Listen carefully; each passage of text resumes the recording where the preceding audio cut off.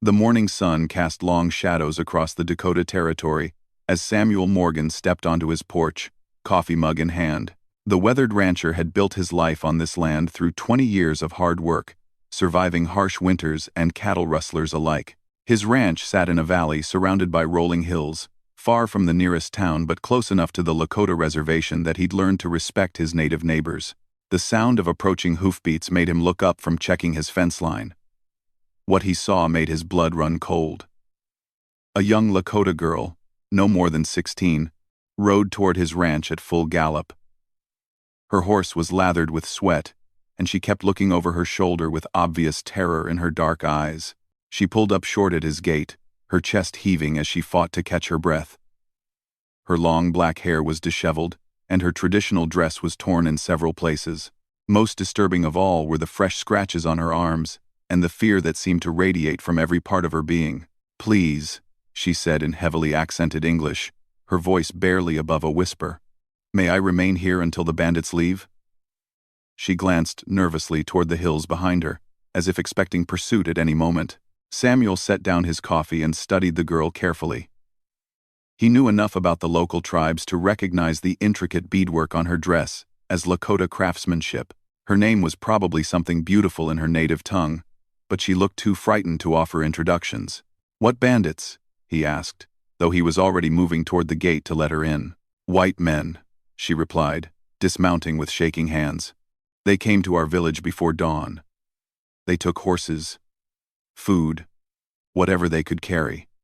When my grandmother tried to stop them from taking our medicine bundle, they struck her down." Samuel's jaw tightened. He'd heard rumors of a gang operating in the territory.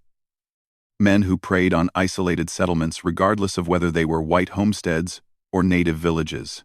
The girl's story had the ring of truth, and the genuine terror in her eyes convinced him completely.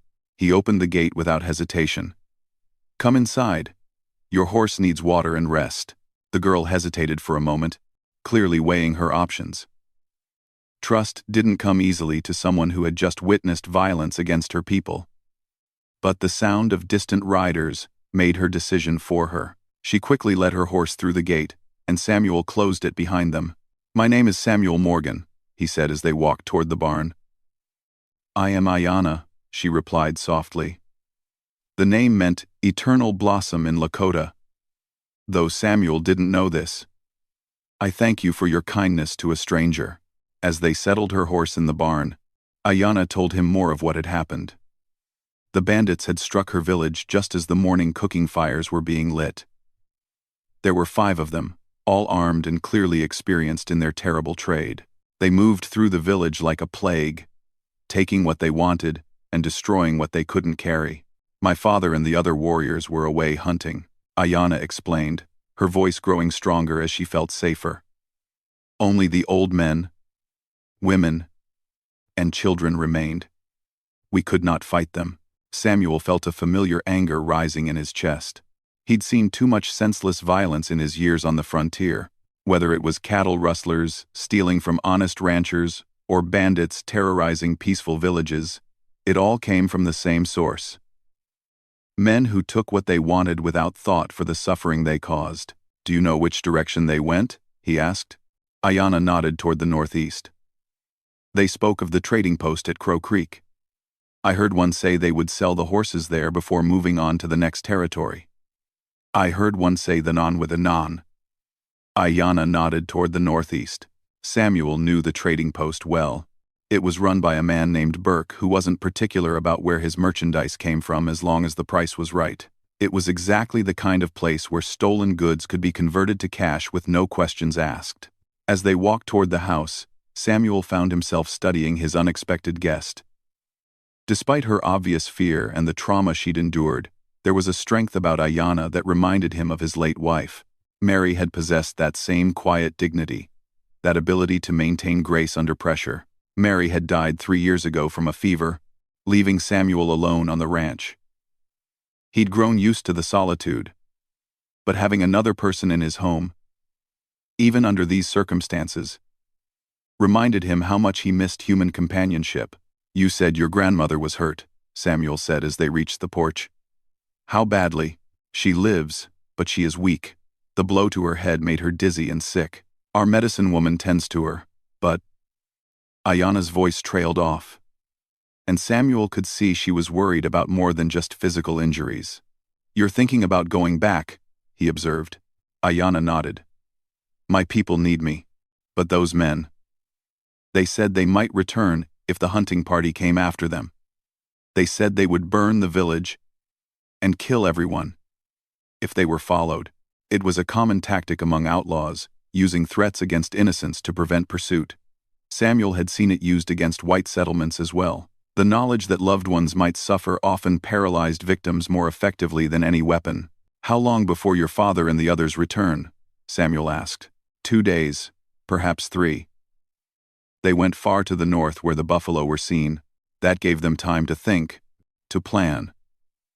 Samuel wasn't a man who acted rashly, but he also wasn't someone who could stand by while innocent people suffered. The question was, what could be done without making things worse for Ayana's people? As they entered the house, Ayana's eyes widened slightly. The interior was simple but comfortable, with handmade furniture and colorful quilts that Mary had sewn during the long winter months. It was clearly the home of someone who took pride in making the best of frontier life. "You live here alone?" Ayana asked, noting the absence of feminine touches that would indicate a wife's presence. "My wife died 3 years ago," Samuel replied simply. "It's just me and the cattle now." Something in his tone made Ayana look at him more closely. She saw the loneliness he tried to hide, the way his eyes lingered on the empty rocking chair by the fireplace. Her people understood grief intimately. It was part of the human experience that transcended cultural boundaries. "I am sorry for your loss," she said with genuine sympathy. To lose one's heart companion is a great sorrow. Samuel was touched by her compassion. Despite everything she'd been through that morning, she still had room in her heart for his pain. It reminded him that kindness was one of the most precious qualities a person could possess. As the day wore on, they developed an easy rhythm of conversation. Ayana helped with simple tasks around the house, while keeping watch for any sign of the bandits. Samuel found himself genuinely enjoying her company, surprised by her quick wit and intelligence. She told him about life in her village, about the children she helped care for, and the traditional crafts she was learning from the older women. Her English was better than she initially let on, the result of lessons from a missionary who had spent time with her tribe years earlier. In return, Samuel shared stories about his ranch, about the challenges of raising cattle in the harsh Dakota climate. He found himself opening up more than he had in years, drawn out by Ayana's genuine interest and thoughtful questions. As evening approached, the question of what came next hung between them. Ayana clearly wanted to return to her people, but the threat of the bandits' return made that dangerous. Samuel wanted to help, but he was one man against 5 armed outlaws. "There is something I must tell you," Ayana said as they sat on the porch watching the sunset. "The bandits. They were not just stealing. One of them, the leader, he looked at the young women of our village in a way that made my skin crawl. I fear they will return not just for more goods, but for other purposes." Samuel's hands clenched into fists. He'd hoped the gang would simply take what they could carry and move on to easier targets. But if they were planning to return for more sinister purposes, the situation was far more urgent than he'd realized. "We need help," he said finally. "There's a sheriff in Deadwood, about 2 days' ride from here. If I could get word to him." 2 days there, 2 days back, Ayana calculated. That may be too long. She was right. If the bandits returned tomorrow or the day after, her village would be defenseless. The old men and boys who remained couldn't stand against 5 armed men, especially knowing that resistance might result in the destruction of their home. As darkness fell, they moved inside and Samuel prepared a simple meal. Ayana insisted on helping, moving around his kitchen with surprising familiarity. She explained that the missionary who taught her English had also shown some of the village women white cooking methods. "Why did you learn their ways?" Samuel asked, genuinely curious. "Knowledge is power," Ayana replied simply. "The more we understand about the white world, the better we can protect our people from those who would harm us." Not all whites are bad, just as not all of my people are good. Wisdom comes from seeing people as individuals, not just members of a group. Her words impressed Samuel with their maturity. Many adults, both white and native, seemed incapable of such nuanced thinking. This girl possessed a wisdom beyond her years. As they ate, they continued to discuss possible solutions to the crisis facing her village. Samuel had some weapons and could handle himself in a fight, but 5 against 1 were poor odds, even for an experienced frontiersman. What about the other ranchers in the area? Ayanna suggested. Surely some of them would help if they knew what was happening. Samuel considered this. His nearest neighbor was old Pete Carlson, a Norwegian immigrant who'd proven to be a good friend over the years. Pete was handy with a rifle and had no love for outlaws. There was also the Johnson family about 10 miles south, and maybe Tom Bradley if he was still around. It might work, Samuel mused. If I could gather 3 or 4 good men, we'd have a fighting chance. But that would take time too, Ayanna pointed out. And what if the bandits return while you're away gathering help? It was a valid concern. Samuel found himself wishing he had some way to communicate instantly with his neighbors. But the nearest telegraph line was in Deadwood along with everything else that represented civilization. As they prepared for sleep, Samuel gave Ayanna his bedroom while he made do with blankets on the parlor floor. Despite her protests that she could sleep anywhere, he insisted, his mother had raised him to be a gentleman, and that upbringing didn't change just because he was living on the frontier. Samuel, Ayanna said softly from the doorway of the bedroom. Thank you for taking me in. Many would have turned away a stranger, especially one from my people. Any decent person would have done the same, Samuel replied, though they both knew that wasn't entirely true. Prejudice ran deep on both sides of the cultural divide, and trust was a rare commodity in the Dakota Territory. Still, Ayanna said, you have shown me great kindness. I will not forget. As Samuel lay on his makeshift bed listening to the sounds of the night, he found himself thinking about the remarkable young woman sleeping in his room. In the space of one day, she had reminded him what it felt like to have someone to talk to, someone who listened with genuine interest to what he had to say. But more than that, she had shown him a kind of courage he rarely encountered. Despite her fear and trauma, she was thinking clearly about how to protect her people. She could have simply hidden on his ranch until the danger passed, but her sense of responsibility wouldn't allow it. Outside, a coyote howled in the distance, and Samuel found himself wondering what tomorrow would bring. One thing was certain. He couldn't stand by and do nothing while innocent people faced danger. His conscience wouldn't allow it, and neither would his growing respect for the brave young woman who had ridden into his life seeking nothing more than temporary shelter. As sleep finally claimed him, Samuel's last conscious thought was a determination to find a way to help Ayanna's people, no matter what the cost to himself. Some things were more important than personal safety, and protecting the innocent was definitely one of them. The morning would bring new challenges and difficult decisions, but for now, both Samuel and Ayanna could rest knowing that sometimes, even in the harsh world of the frontier, kindness could still be found between strangers of different worlds. Dawn broke gray and cloudy over the Morgan Ranch, with thick clouds promising rain before the day was through. Samuel woke to the smell of coffee and something cooking on his stove. For a moment, he forgot about his guest and wondered if he was dreaming of Mary again. Then reality returned, and he sat up to find Ayanna moving quietly around his kitchen. You didn't need to cook, Samuel said, running a hand through his hair as he got to his feet. I wanted to repay your kindness, Ayanna replied, ladling what appeared to be cornmeal mush into 2 bowls.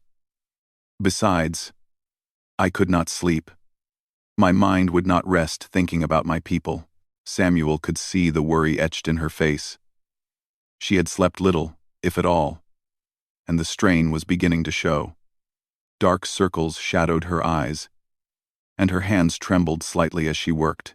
As they ate breakfast, Samuel outlined his plan. I'm going to ride to Pete Carlson's place first. He's closest, and I know I can count on him. From there, we'll go to the Johnson Ranch, and maybe Tom Bradley's, if we have time. How long will this take? Ayanna asked, though they both knew the answer would be longer than either of them liked. If I push hard and the weather holds, I could be back by tomorrow evening with 3 or 4 men, maybe more if word spreads. Ayanna nodded, but Samuel could see she wasn't entirely convinced this was the right approach. Something was troubling her beyond the obvious concerns about time. "What is it?" he asked gently. Ayanna set down her spoon and met his eyes. "Last night, I had a vision. It is something my grandmother taught me to recognize. In the vision, I saw the bandits returning today, not tomorrow or the day after. They come when the sun is high, expecting to find only weak resistance." Samuel frowned. He didn't dismiss native spiritual beliefs the way some white men did. He'd seen too many things on the frontier that couldn't be explained by logic alone. "Are you certain?"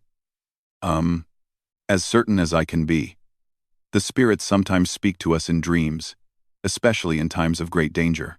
My grandmother has the sight strongly, and she has been teaching me to listen. If Ayanna's vision was accurate, it changed everything.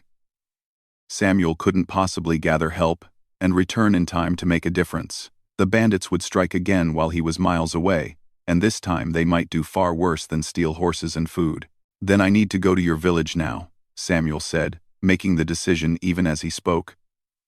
"I can't gather a posse in time, but maybe I can help in some other way." Ayanna shook her head firmly. 5 against 1 is death, even for a brave man like you. There must be another way." They sat in silence for several minutes, each lost in thought. The ticking of Samuel's mantle clock seemed unnaturally loud as precious time slipped away. Finally, Ayanna spoke again. "There is something, but it would require great trust between us." "What do you mean?" Ayanna took a deep breath before continuing. "My people have ways of fighting that your people do not know. We are skilled at using the land itself as a weapon, at turning an enemy's strength against them. But it would require me to return to the village and prepare the others. That's too dangerous. If the bandits arrive while you're there, that is the point. I would make sure they know I am there. I am what drew them to our village in the first place." Samuel felt his blood run cold. "What are you talking about?" Ayanna's voice became very quiet, and she wouldn't meet his eyes as she spoke. "Yesterday, when they came to our village, their leader saw me drawing water from the stream. He made his intentions clear. He told his men they would return for me specifically, along with whatever else they wanted." The pieces suddenly fell into place for Samuel. No wonder Ayanna had been so terrified when she arrived at his ranch. The bandits weren't just thieves. They were the worst kind of men. Predators who took whatever they wanted, without regard for the suffering they caused. "All the more reason for you to stay here where you're safe," Samuel said firmly. "No. You don't understand. If I am the bait, I can control where they come and when. My people can be ready for them, can set traps and ambushes.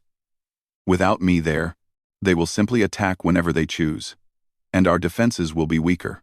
Samuel could see the logic in her plan, but every instinct he had rebelled against. Using a young woman as bait for such dangerous men. There has to be another way. Perhaps. But we don't have time to find it. Every moment we delay gives them more opportunity to strike when we're unprepared. Ayanna stood and began pacing the small kitchen, her mind clearly working through the details of what she was proposing. "If you could position yourself in the hills, overlooking our village, you could provide cover with your rifle when the fighting begins. Your shots would confuse them, make them think we have more warriors than we do. And if something goes wrong, if they capture you before the trap is sprung, then I will die as a warrior, protecting my people. It is a better death than cowering in safety while others suffer."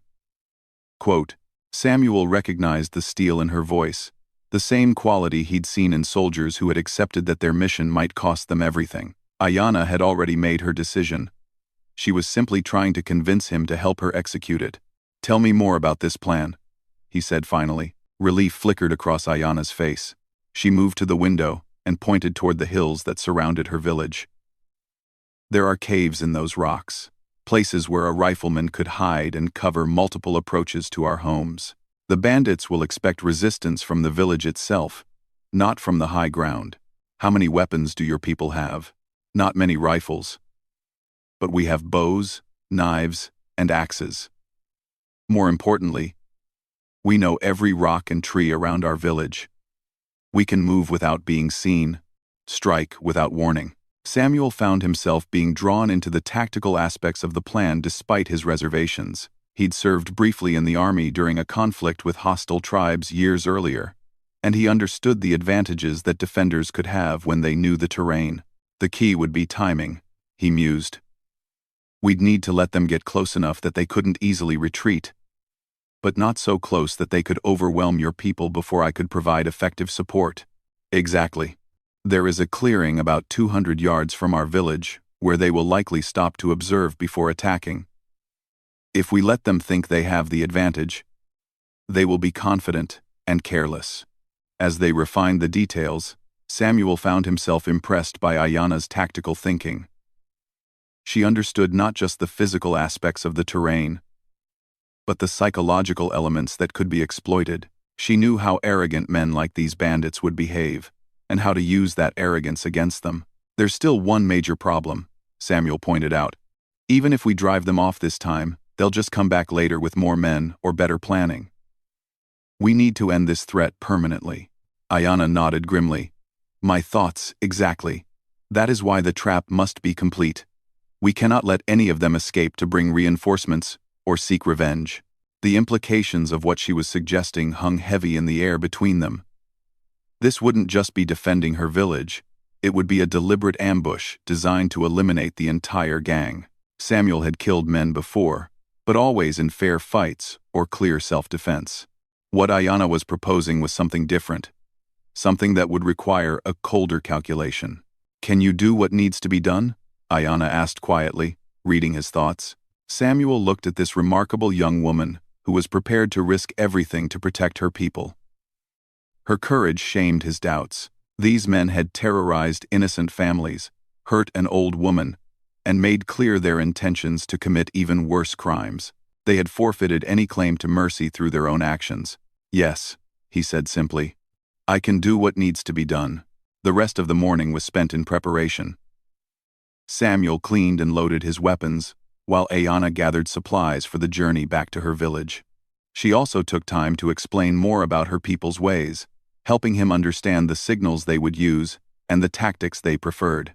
My grandfather was a great warrior, she told him as they worked.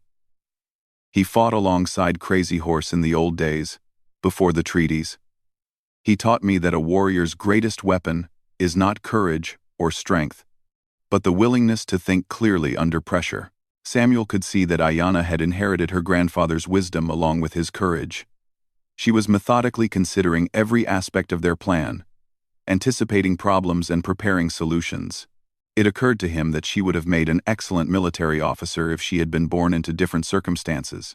As they prepared to leave, Samuel took a long look around his ranch. There was a real possibility that he wouldn't be coming back.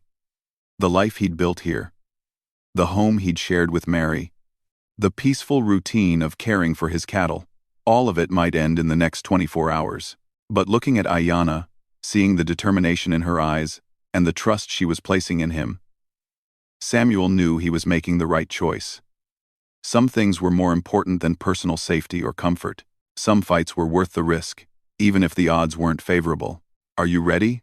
Ayana asked, checking her horse's saddle one final time. As ready as I'll ever be, Samuel replied, mounting his own horse.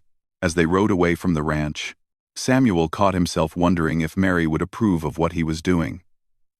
She had always been practical about frontier dangers, understanding that sometimes violence was the only language that cruel men understood. He thought she would support his decision to help Ayana's people, even knowing the risks. The journey to the Lakota village took them through familiar territory, but Samuel found himself seeing it with new eyes. Every ridge and valley was now a potential battlefield. Every stand of trees a possible ambush site. Ayana pointed out landmarks and explained how they factored into her people's defensive plans. We are not so different. Your people and mine, she said during one of their brief rest stops. We both understand that this land can be harsh and unforgiving. We both know that survival sometimes requires difficult choices. Samuel nodded, struck by the truth of her observation. The frontier stripped away many of the artificial distinctions that divided people in more settled places. Out here, what mattered was character, courage, and the willingness to stand by your principles when tested. As they drew closer to the village, Ayanna became more alert, constantly scanning their surroundings for any sign of the bandits. Her vision might have been wrong about the timing, or they might have decided to attack earlier than expected. Either way, they needed to be prepared for any possibility. There, Ayanna said suddenly, pointing toward a column of smoke rising from the valley ahead. That is our village, but the smoke is wrong. Too much of it. They urged their horses forward, both fearing what they might find. As they crested the final hill, the Lakota village spread out below them. Samuel's heart sank as he took in the scene. Several lodges were burning, and people were scattered around the area in obvious distress. "We're too late," Ayanna whispered, her face pale with shock and grief. But as they watched, Samuel began to notice details that gave him hope. The people below weren't acting like victims of a massacre. They were organized, moving with purpose rather than panic, and the fires seemed to be controlled, contained to specific areas. "Wait," he said, putting a restraining hand on Ayanna's arm as she started to spur her horse forward. "Look more carefully." As they observed, it became clear that what they were seeing wasn't the aftermath of an attack, but preparation for one. The Lakota villagers were implementing defensive measures, using controlled fires to clear fields of vision and eliminate cover that attackers might use. "Your people received warning," Samuel realized. "Someone saw the bandits coming." Ayanna's eyes brightened with understanding and relief. The spirits were right about the timing, but they also provided protection. "We are not too late. We are exactly when we need to be." As they rode down toward the village, Samuel felt his heart rate beginning to increase. The next few hours would determine the fate of these people, and very possibly his own fate as well. But riding beside Ayanna, seeing the courage and determination that radiated from her despite everything she'd been through, he felt a strange sense of peace. Whatever happened in the coming battle, he was exactly where he needed to be, doing exactly what needed to be done. Sometimes that was all a man could ask for. Even if the outcome remained uncertain, the trap was about to be set, and soon they would learn whether their planning and courage would be enough to protect the innocent and defeat the predators who threatened them. Either way, Samuel knew he would face whatever came, with no regrets about his choices. The village elder, a weathered man named Standing Bear, greeted Ayanna's return with relief mixed with concern. When she quickly explained Samuel's presence and their plan, the old man studied the white rancher with sharp, intelligent eyes that had seen many seasons of conflict and cooperation. "You would risk your life for people who are strangers to you?" Standing Bear asked Samuel in carefully pronounced English. "These men threaten innocent people," Samuel replied simply. "That makes it my fight too." Standing Bear nodded slowly, apparently satisfied with the answer. He then turned to Ayanna and spoke rapidly in Lakota. Samuel could see by her expressions that they were discussing tactical details, probably refining the plans they had made during their journey. "My grandfather says the bandits were seen 2 hours ago, riding hard toward our village," Ayanna translated. "They will arrive within the hour, just as the vision foretold." The village was a hive of controlled activity. Children and elderly villagers were being moved to secure positions, while warriors took up predetermined defensive positions. Samuel was impressed by how quickly and efficiently the Lakota organized themselves, moving with the practiced coordination of people who had prepared for such threats many times before. Ayanna led Samuel to the hills overlooking the village, showing him the caves and rock formations that would provide both concealment and excellent fields of fire. From his position, he could cover the main approaches to the village while remaining hidden from anyone attacking from below. "Remember," Ayanna said as they checked his position one final time, "wait for my signal before you begin shooting. We need to let them commit to the attack before revealing your presence." Samuel nodded, testing the sightlines from his rocky perch. He had a clear view of the clearing where the bandits would likely pause to observe the village before attacking. From here, he could provide devastating crossfire once the battle began. "What's your signal going to be?" he asked. "I will wave my red shawl above my head 3 times. That will mean the trap is ready to be sprung." As Ayanna prepared to return to the village, Samuel caught her arm gently. "Be careful down there. Don't take any unnecessary risks." Something in his tone made Ayanna look at him more closely. Over the past 2 days, they had developed a connection that went beyond their shared purpose. Despite the differences in their backgrounds, they had found common ground in their values and their determination to protect the innocent. "I will be careful," she promised. "But Samuel, if something happens to me, don't let it stop you from doing what needs to be done. My people's safety is more important than any one person." Samuel wanted to argue with her, to tell her that she was important too. But there wasn't time. The sound of approaching horses was already echoing from the valley beyond, growing louder with each passing moment. Ayanna squeezed his hand briefly, then disappeared down the rocky slope toward the village. Samuel watched her go, admiring her courage even as he worried about the danger she was walking into. Then he turned his attention to preparing his weapons and settling into position for what was to come. The waiting was always the hardest part of any battle. Samuel had learned that during his army service years earlier. Time seemed to crawl when you knew violence was approaching but hadn't yet begun. Every sound seemed amplified, every shadow potentially significant. From his elevated position, Samuel had an excellent view of the village below.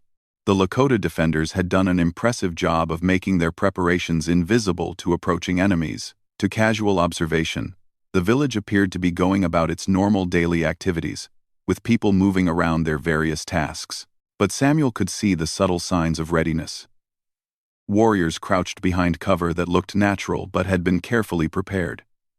Weapons were positioned at strategic points, hidden but easily accessible. Even the cooking fires had been arranged to provide additional concealment for defenders. The sound of hoofbeats grew louder, and finally Samuel caught sight of the approaching bandits. They rode with the arrogant confidence of men who believed themselves to be in complete control of the situation. Their leader was a big man with a thick beard and cruel eyes, the kind of person who had probably been causing misery for others most of his adult life. As predicted, the bandits paused at the edge of the clearing to observe the village before attacking. Samuel could hear fragments of their conversation carried on the wind. Crude comments about what they intended to take and do. The casual way they discussed violence against innocent people made his anger burn cold and focused. The leader pointed toward different parts of the village, apparently giving his men instructions about their roles in the coming attack. Samuel counted 5 men total, all well-armed and mounted on good horses. They looked like experienced raiders, the kind who had perfected their terrible craft over many successful raids. Down in the village, Samuel could see Ayanna moving among the lodges, visible enough for the bandits to spot her but not so conspicuous as to arouse suspicion. She was playing her part perfectly, appearing to be just another villager going about her daily tasks. The bandits finished their planning and began to move toward the village in a loose line, spreading out to attack from multiple directions. It was good tactics from their perspective, making it harder for defenders to concentrate their fire, but it also meant they were walking directly into the carefully prepared trap. Samuel checked his rifle one more time, making sure he had a clear shot at each of the approaching riders. His hands were steady, his breathing controlled. Years of hunting had taught him patience and accuracy, skills that would serve him well in the coming fight. The bandits were now close enough for Samuel to see their faces clearly. The leader's eyes were fixed on Ayanna, with an expression that made Samuel's jaw clench with fury. These men had no intention of simply robbing the village. They planned to commit far worse crimes before they rode away. Suddenly, chaos erupted in the village below. The bandits had spurred their horses forward in a final charge, whooping and firing their weapons to terrorize the villagers. But instead of scattering in panic as expected, the Lakota defenders sprang their trap. Arrows flew from concealed positions, and warriors emerged from hiding places the bandits had never suspected. The raiders found themselves caught in a deadly crossfire. Their confident advance turned into a desperate struggle for survival. Samuel saw Ayanna wave her red shawl above her head 3 times, and he immediately began firing. His first shot took one of the bandits from his saddle, the man tumbling to the ground with a cry of surprise and pain. His second shot wounded another raider's horse, sending both horse and rider crashing to the earth. The remaining bandits were now in full panic, caught between the village defenders below and Samuel's rifle fire from above. They tried to retreat, but the Lakota warriors had positioned themselves to cut off the most obvious escape routes. The leader of the gang, seeing his plans collapsing around him, made a desperate decision. Instead of trying to escape, he spurred his horse directly toward Ayanna, apparently hoping to seize her as a hostage or shield, but he had underestimated both her courage and her preparation. As the bandit leader bore down on her, Ayanna rolled behind a prepared barricade and came up with a captured rifle in her hands.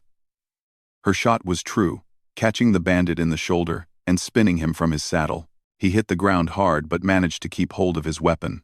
Samuel was already moving, scrambling down from his rocky perch to join the battle at ground level. He could see that the wounded bandit leader was trying to reach cover behind one of the burning lodges, still dangerous despite his injury. The fight was nearly over. 3 of the 5 bandits were dead, and a 4th was badly wounded and out of action. Only the leader remained as a serious threat, and he was trapped with nowhere to run. Samuel reached the village just as the bandit leader made his final desperate move. Seeing Ayanna reloading her rifle, the wounded man lunged toward her with a knife in his hand, but he had lost too much blood and moved too slowly. Samuel's final shot ended the threat permanently, the bandit leader collapsing just yards from where Ayanna stood. The sudden silence that followed was almost deafening after the chaos of battle. Standing Bear approached the fallen bandits cautiously, making sure the threat was truly ended. Other warriors moved to secure the wounded raider who remained alive, planning to turn him over to territorial authorities for trial. "It is finished," the elder said solemnly. "The spirits guided us well, and the courage of our friends made victory possible." Samuel found himself standing beside Ayanna, both of them still breathing hard from the adrenaline of combat. She looked at him with an expression of gratitude and something deeper, something that spoke of shared experience and mutual respect. "Thank you," she said simply. "Without your help, many of my people would have suffered or died." "We made a good team," Samuel replied, surprised by how natural it felt to include her in that assessment. As the villagers began the process of cleaning up after the battle, Samuel realized that something fundamental had changed in his life. The lonely rancher who had woken up 2 days ago to find a frightened girl at his gate no longer existed. In his place stood a man who had found purpose again, who had remembered what it felt like to fight for something larger than himself. Over the following days, as Ayanna's people celebrated their victory and mourned their losses, Samuel found himself reluctant to return to his isolated ranch. The sense of community he felt among the Lakota reminded him of what he had lost when Mary died, and what he had missed during his years of solitude.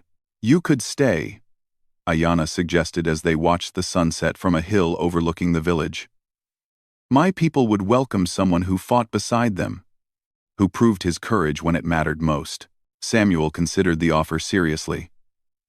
There was something appealing about becoming part of this community, about finding a place where his skills and values were appreciated, but he also knew that his ranch represented a different kind of life, one that had its own rewards and responsibilities. "What about you?" he asked. "Would you consider leaving here, starting a new life somewhere else?" Ayanna was quiet for a long moment before answering. "I have thought about it. There is much I could learn in your world, ways I could help my people by understanding both cultures. But this will always be my home." They talked long into the night about possibilities and dreams, about the challenges of bridging 2 different worlds. Both recognized that something special had developed between them, something that transcended the circumstances that had brought them together. When Samuel finally returned to his ranch a week later, it was with an understanding that his life had changed permanently. Ayanna visited regularly, sometimes staying for days at a time. She helped him improve his understanding of the land and its natural cycles, while he shared his knowledge of farming and ranching techniques. Their friendship deepened into something more profound, a partnership that honored both of their cultures while creating something new. When they eventually married in a ceremony that blended Lakota traditions with frontier customs, it symbolized not just the union of 2 people, but the possibility of understanding between different ways of life. Samuel's ranch became a meeting place where native and white neighbors could come together in peace, a place where differences were celebrated rather than feared. Ayana's wisdom and diplomatic skills helped prevent conflicts that might otherwise have escalated into violence. Years later, when their children asked about how their parents met, Ayana and Samuel would tell them the story of a frightened girl who sought shelter from bandits, and a lonely rancher who discovered that helping others was the key to healing his own heart. The ranch house that had once echoed with emptiness filled with the sounds of family and friends from both cultures. The land that Samuel had worked alone for so many years became more productive and prosperous with Ayana's partnership and knowledge. Most importantly, the courage they had shown in facing the bandits together became a foundation for facing all of life's challenges as partners. They had learned that true strength came not from standing alone, but from standing together with those who shared your values and commitment to protecting the innocent. The frontier could be harsh and unforgiving, but it could also be a place where new beginnings were possible for those brave enough to reach across the divisions that separated different peoples. In their love and partnership, Ayana and Samuel proved that understanding and respect could triumph over fear and prejudice. Their story became a legend in the territory, told around countless campfires as an example of how courage and compassion could create bonds stronger than any differences in background or culture. It was a reminder that sometimes the most important battles were not fought with weapons, but with open hearts and the willingness to see the humanity in others. The bandits who had threatened Ayana's village were forgotten within a few years, but the love story that grew from their defeat continued to inspire new generations of settlers who learned that the frontier was big enough for everyone willing to work together in peace.